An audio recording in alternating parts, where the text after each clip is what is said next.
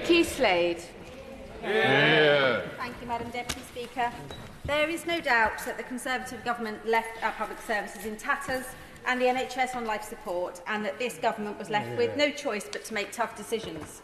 I understand this, having led a council that had been Conservative run, where important decisions about employee pay were delayed, vanity projects saw money wasted, and where reserves were slashed so badly that the council was on the edge of bankruptcy.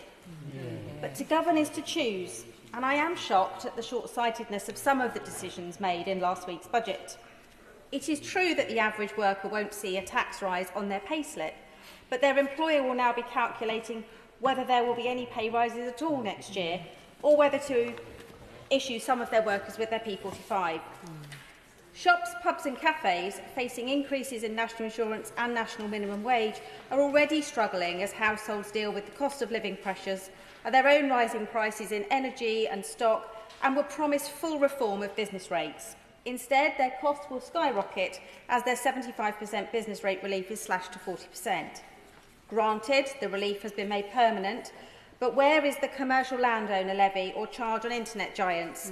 Surely taxing the most wealthy rather than hitting small businesses with a tax that takes no account of profits or purpose would be fairer. I said it last week and I will say it again now. Rental auctions and compulsory purchase may in theory get the markets moving, but if businesses in high streets like Wareham in my constituency of Mid Dorset and North Poole cannot afford to trade, the high street cannot redefine its purpose. Turning back to national insurance, like my colleagues, I've been contacted by businesses, public sector organisations and charities sharing their calculations relating to its impact. Corfmullen Dental Practice recently recruited a graduate dentist specifically to serve the child NHS population, boosting the capacity in my area. The increase in NI for the staff has wiped out half of her annual salary, and if we're going to stop dentists leaving the NHS, we need exemptions for them now.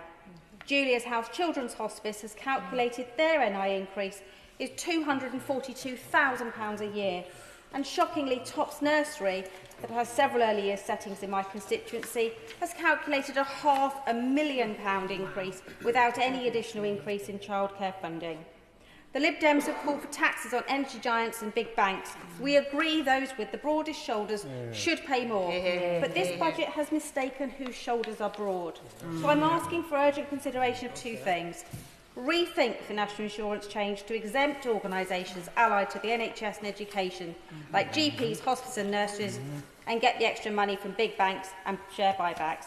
And postpone the reduction on retail, hospitality and leisure relief until full business rate reform is ready, and keep our high streets alive.